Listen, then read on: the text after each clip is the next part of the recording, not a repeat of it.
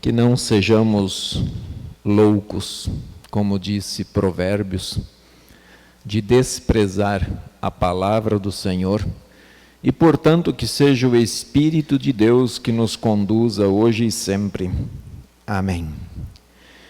Irmãos, a palavra que eu trago nesta noite é o texto de 1 João, capítulo 3, versículos 11 a 24, que diz o seguinte: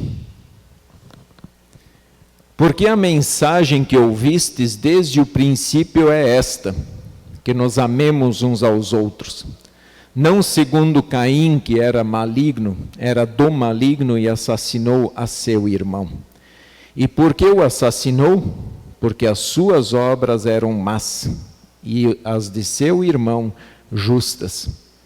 Irmãos, não vos maravilheis se o mundo vos odeia. Nós sabemos que já passamos da morte para a vida, porque amamos os irmãos.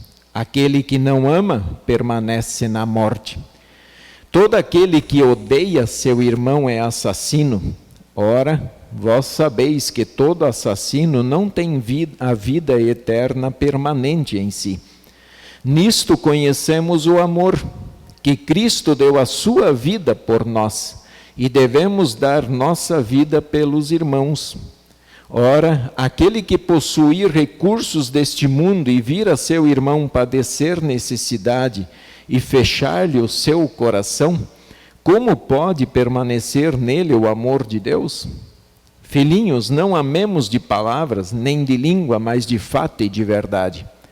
E nisto conheceremos que somos da verdade, bem como perante ele tranquilizaremos o nosso coração.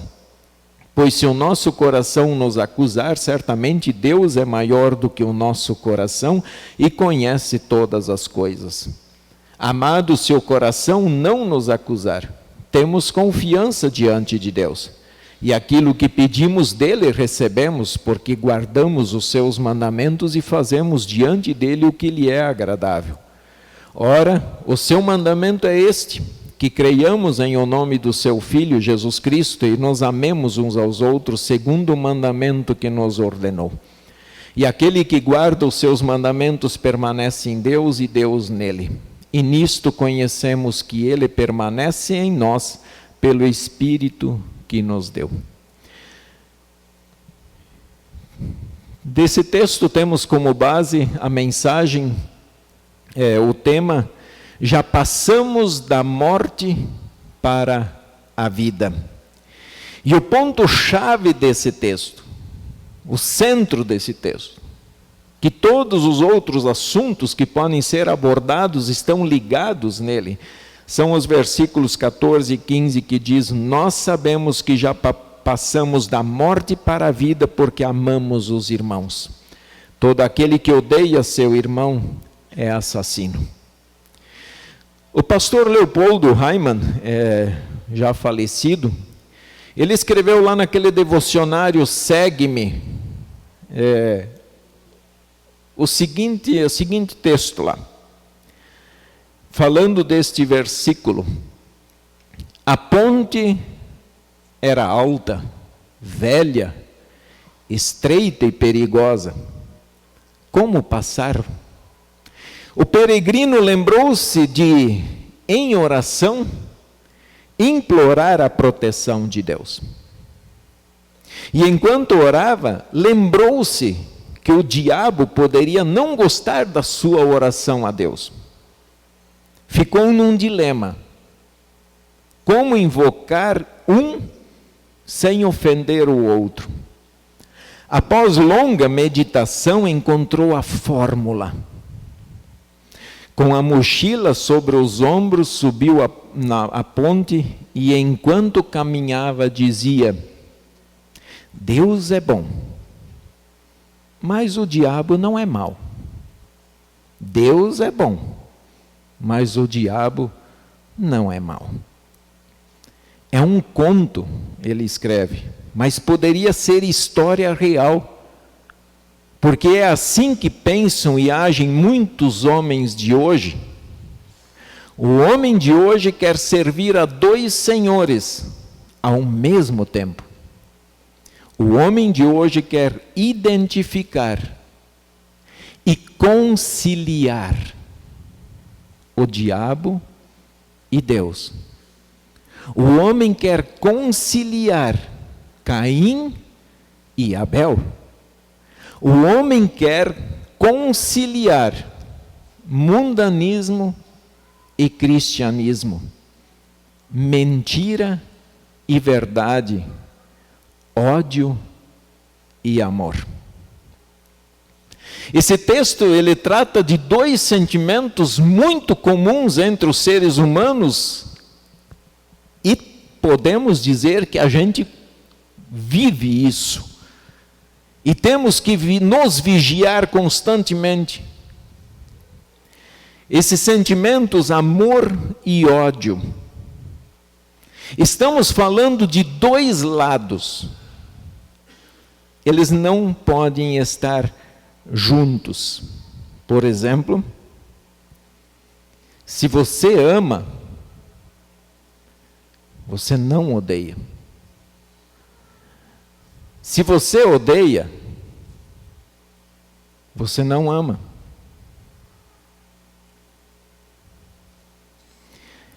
As pessoas vão enxergar em você o ódio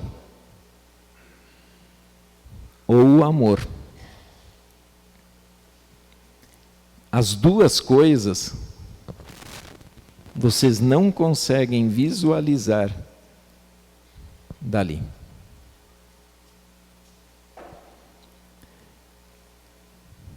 Não podem andar de mãos dadas o amor e o ódio. Fazer parceria.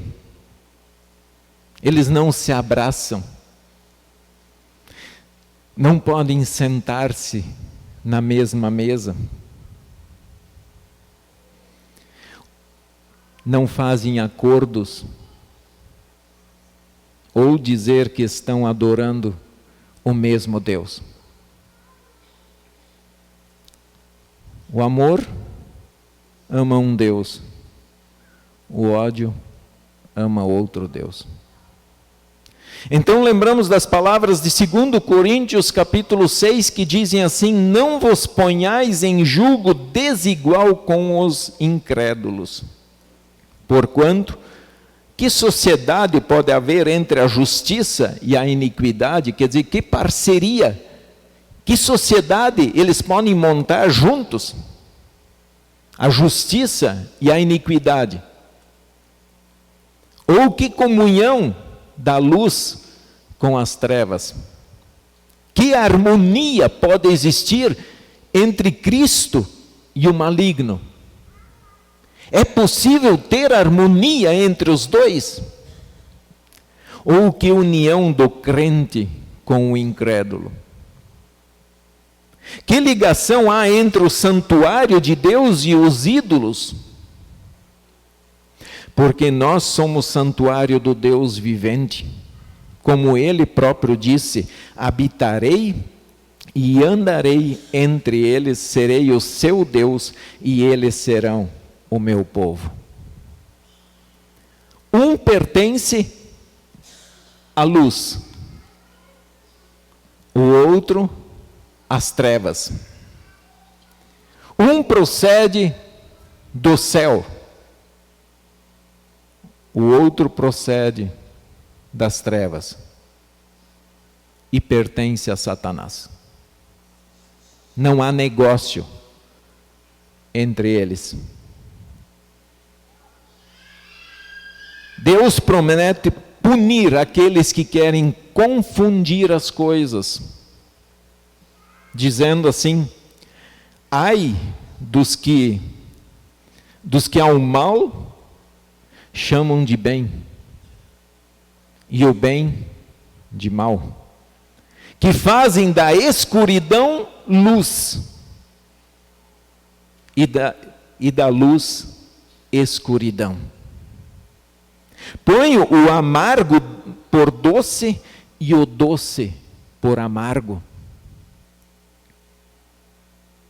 As trevas e o ódio não gostam de ser advertidos. E observem. Quem odeia não gosta de ser advertido. Quando a justiça persegue o mal, o que o mal faz? O mal acusa a justiça. Porque, segundo eles, o melhor ataque, a melhor defesa é o ataque. E então eles têm que provar que a justiça está errada e que o mal não pode ser punido. Satanás conseguiu convencer o ser humano de que queria o que era bom, de que Deus queria o que era bom só para ele. E aí o ser humano queria ser igual a Deus. Confundiu e enganou. Queria mostrar que Deus era mau e poderia existir coisa boa do outro lado também. O ódio pertence ao homem natural, isto é, o homem sem Deus. Isso pertence, o ódio pertence a ele, isso é o homem natural. Quando viemos a este mundo, nascemos com a carne inclinada. Nosso corpo, nossa carne, nossa alma estava inclinada para odiar, matar e destruir. Odiamos a Deus e o seu reino. As ações são para aniquilar tudo que se refere a Deus e ao céu. No entanto, algo maravilhoso aconteceu em nossa vida, algo tremendamente especial. Nós sentimos, nós experimentamos algo que o homem natural, sem Deus, não consegue sentir, não consegue experimentar. O amor de Deus. Não estou falando de qualquer amor, mas eu estou falando daquele amor que foi capaz de enviar o seu filho, o seu único filho, para sangrar, ser cuspido, ser açoitado, caçoado, abandonado, pregado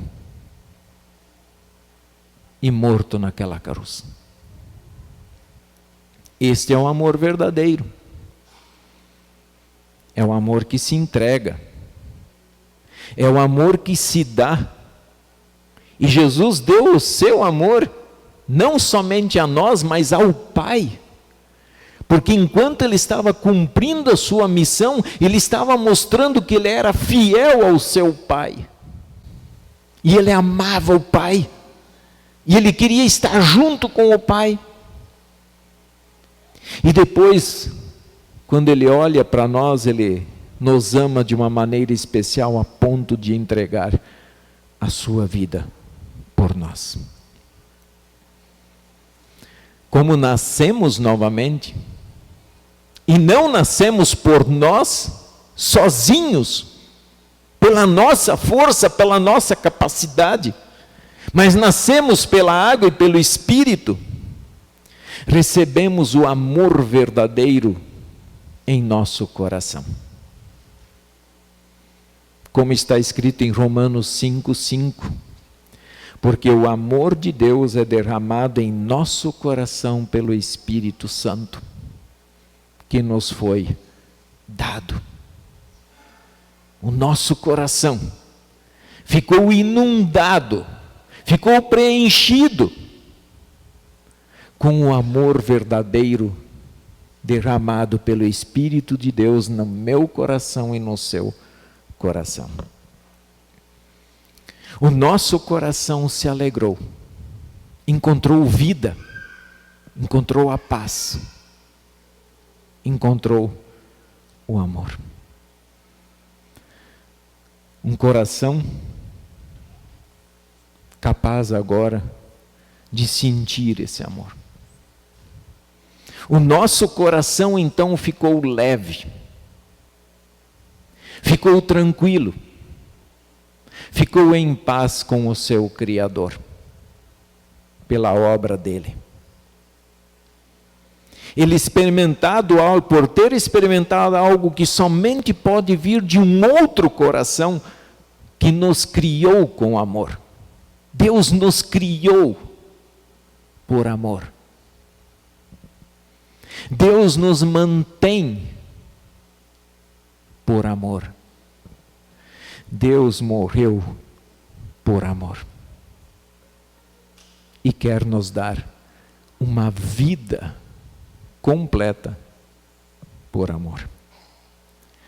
Hoje, pela fé em Cristo Jesus, nós temos o privilégio, a grande bênção, de alegrar o nosso coração, de ouvir sermos chamados de filhinhos. Percebem o tamanho do amor de nos tirar da lama, do inferno, de ser inimigo de Deus, de estar morto espiritualmente e hoje poder ter o privilégio de ser chamado de filho? Filhinhos. Não amemos de palavra nem de língua, mas de fato e de verdade. Em outras palavras, não seja hipócrita. Não seja hipócrita. Não tente esconder o ódio que há no seu coração, porque Deus o sabe. Deus o conhece. Deus nos sabe tudo a nosso respeito. Quando somos hipócritas, não testemunhamos ao Deus que servimos na fé. Existem exigências, porque se ouve muito dizer, não, que cristão não tem, Deus não exige nada dos seus filhos. Não é o que a palavra me mostra. Existe sim exigências, e estamos falando de uma obediência pela fé. Alguém que nasceu de novo, que experimentou esse amor. Nós estamos falando em obediência a essa fé. Se curvar perante o Todo-Poderoso. Um comentarista, ele escreve assim: desta forma, o termo amor fica muito perto de conceitos tais como fé, justiça e graça, todos os quais têm um ponto único de origem: o Deus, em Deus somente. Quando nós olhamos para o termo amor, ele está dizendo que existe mais 3 termos que se aproximam desta palavra e que podem sim denotar a mesma coisa: fé, justiça, graça. Vejam que ele fala amor se expressando nesta fé, nessa justiça. E todos têm a origem em Deus. Não pode vir do demônio, justiça não vem do demônio. Essa fé verdadeira não vem do demônio, mas vem de Deus. Quando você briga por justiça,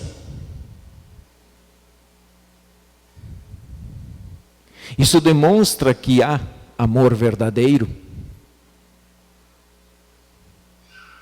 Brigar por justiça é sinal de amor. Quando defende o direito à vida daqueles que não conseguem se defender, como no caso do aborto, Isso demonstra amor. Quando há um menos favorecido financeiramente e você o defende para que se faça justiça, isso é amor. Amor não é só dizer eu te amo, mas amor é de fato se posicionar do lado da justiça.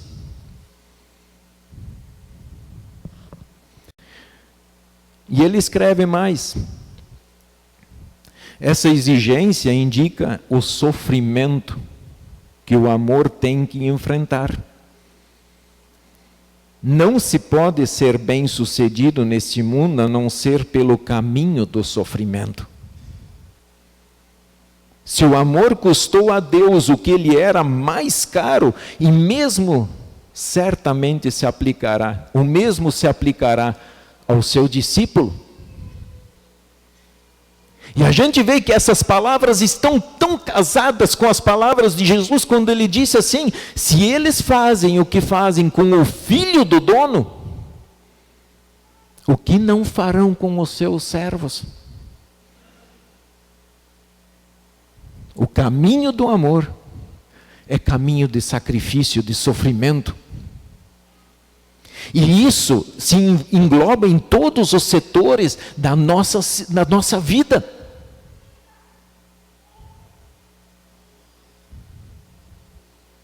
Se quer olhar e examinar o caminho do casamento, muitas vezes é difícil, é penoso.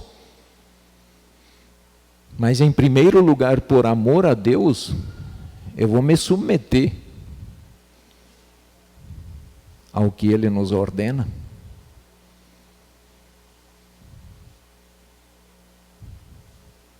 Caminho da fé.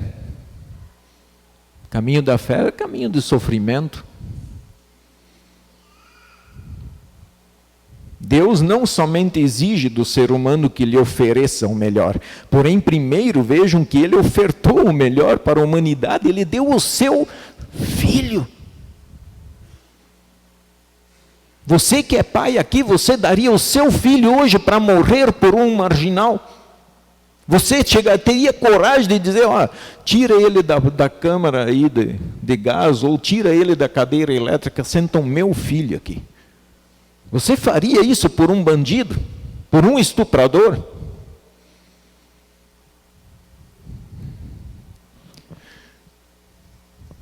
Vemos hoje uma igreja que só fala em progresso material.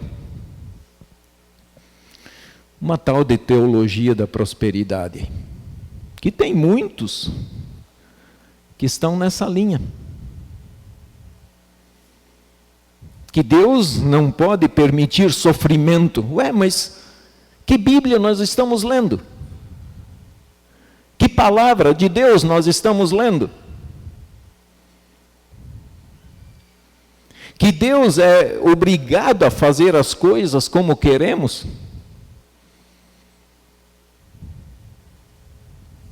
Aliás, em vez de adorar a Deus como Criador eterno e todo-poderoso, querem fazer de Deus o seu capacho, o seu escravo. Agora faz isso, agora faz aquilo, agora faz aquele outro. E ai do Senhor, se não me atender. Querem se servir de Deus e ser servido por Ele, mas no fundo tem ódio da sua palavra, porque o mesmo Deus que abençoa, e quando esse Deus pede obediência, quando Ele diz, esse é o caminho do sofrimento, aí eu odeio esse Deus.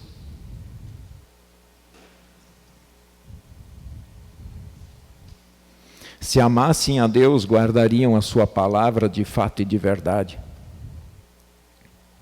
Levam uma vida de prostituição, de servir aos outros senhores e querem ser abençoados por Deus.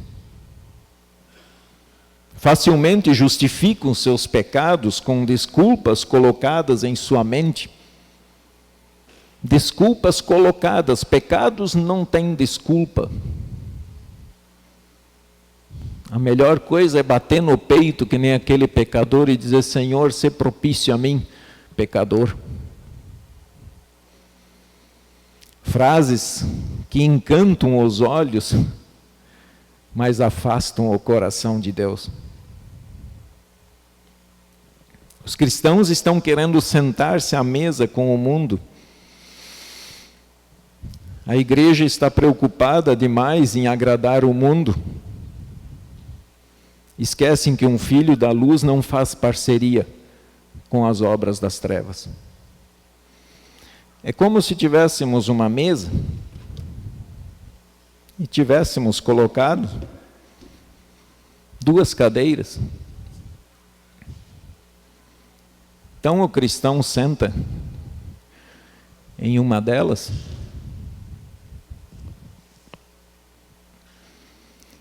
o cristão senta aqui e quer sentar, convidar o mundo para sentar no outro. Quer fazer acordo com o mundo, quer fazer acordo com Satanás. Senta aqui, Satanás, vamos ver que acordo nós podemos fazer. Que parceria nós podemos montar aqui. Por isso que Deus faz questão de fazer um alerta para os seus filhos. Ele diz: não vos maravilheis se o mundo vos odeia. Pessoal, meus irmãos, esquecem. Parem de querer adular o mundo. Parem de querer passar a mão na cabeça do mundo e achar que está tudo certo. Vamos disfarçar o pecado e para que ele fique disfarçado dentro da igreja, e daí está tudo certo, nós andamos em paz, em parceria. Se o mundo não odiar os filhos da luz, não tem nada de errado com o mundo. Tem de errado com os filhos da luz. Porque o normal é o mundo odiar os filhos da luz. É ruim ouvir isso? É. Mas é a verdade. É a verdade.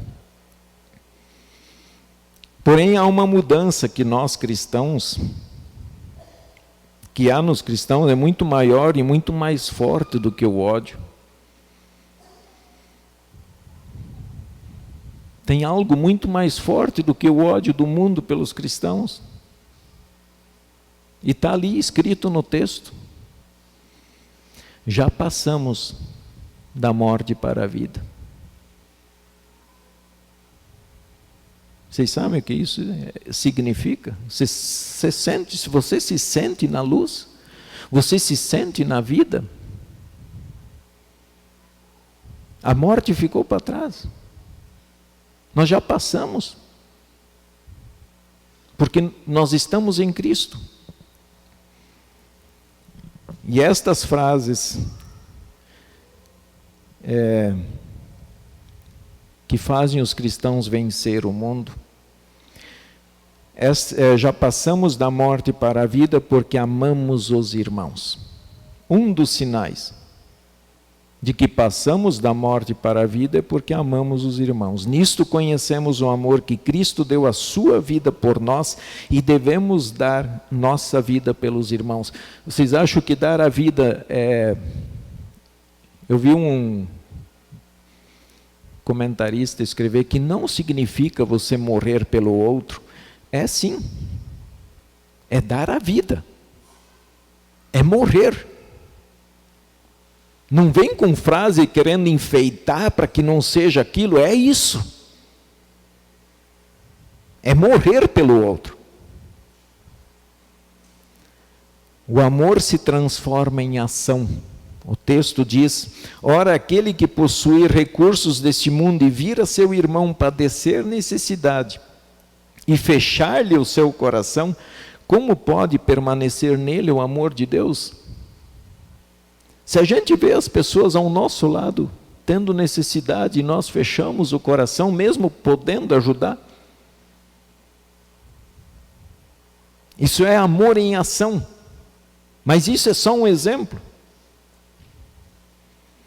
Também fala em obediência em amor e fé. Ora, o seu mandamento é este, que creiamos em o nome do seu Filho Jesus Cristo e nos amemos uns aos outros segundo o mandamento que nos ordenou. Mandamento é ordem. Ele nos ordenou. Ele nos deu um mandamento. Ame. Porém, o Filho da luz, o Filho de Deus, é ordenado a amar. Por quê? Porque ele procede de Deus. O Filho de Deus procede de Deus. Nasceu em Deus. Nasceu do Espírito de Deus. A fonte do puro amor. Amar não é fácil, irmãos. Não é fácil. E é claro que se nós olharmos assim a nossa vida, a gente vai falar: Pai, aqui eu não consegui amar. Me perdoa. E Jesus veio para destruir as obras das trevas. Nós falamos há pouco tempo atrás. Ele veio para destruir o ódio. Nos filhos, nos seus filhos, Ele quer destruir o ódio. Se não amarmos, significa que ainda estamos mortos e no inferno. O sinal, o fruto da fé e da transformação é o amor. Isso é o fruto. Fruto de um filho de luz. Lembrando que no amor também tem o sentido de não fazer parceria e nem apoiar as obras das trevas. Isso é amor. Lutar pela justiça. Lutar pelos mais fracos e seus direitos. Lutar e deixar livre para adorar a Deus ou não. Todo mundo é livre. Isso faz parte do amor. Deus, várias vezes Ele disse: se vocês quisessem ir adorar outros deuses, vão. Amar, simples, de forma alguma. Penoso, pesado, porém é um dos frutos de um coração transformado que nasceu em Jesus. É um dos frutos de um filho de Deus. O cristão precisa amar aqueles que estão por aí matando o povo dele. E sabe que justo essa semana eu estava preparando, lendo aqui os textos, meditando, e aí eu encontrei algumas imagens que me falaram muito.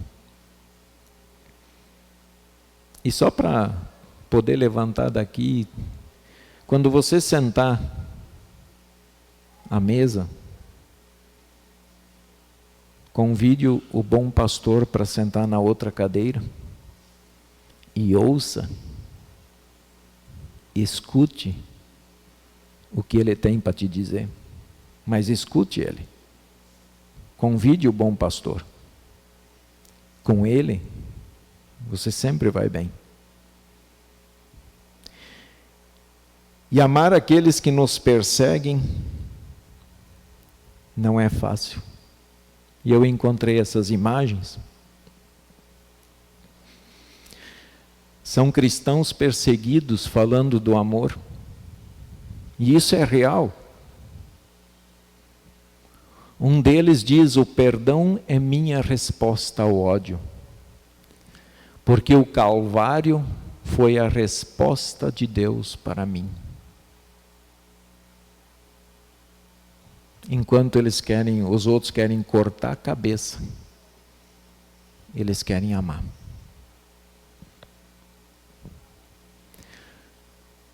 Se Cristo me amou quando eu era inimigo, como não amar aqueles que hoje me perseguem? Se hoje a igreja tem inimigos, lembrem que um dia nós fomos inimigos de Deus. Um dia nós estávamos do outro lado.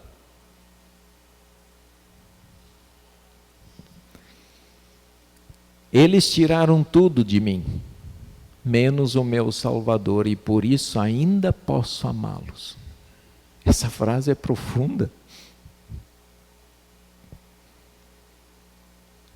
Quantos cristãos estão tendo que perder tudo? Abandonar o seu lar, perder a família, perder aquele que sustenta a casa. Tendo que deixar tudo para trás para fugir. E tem muitos. Hoje eu vi um número de 400 mil na Coreia do Norte.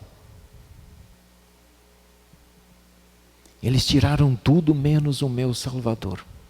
E por isso eu posso amá-los. A maior vitória não é sobreviver à perseguição, mas amar os perseguidores, e ela tem razão. A maior vitória é amar aqueles que nos perseguem, é aqueles que nos ferem, aqueles que querem ver o seu fim. Temos que amá-los, orar por eles, porque isso é um fruto da fé. Isso é o que faz um filho de Deus. Irmãos, podemos amar aqueles, porque diz a palavra no último versículo: e aquele que guarda os meus mandamentos permanece em mim, e Deus nele. E nisto conhecemos que ele permanece em nós pelo Espírito que nos deu. O Espírito que ele nos deu é o Espírito de poder, o Espírito que transforma, o Espírito que nos faz amar, mesmo em meio às grandes dificuldades. Que Deus conduza o nosso coração.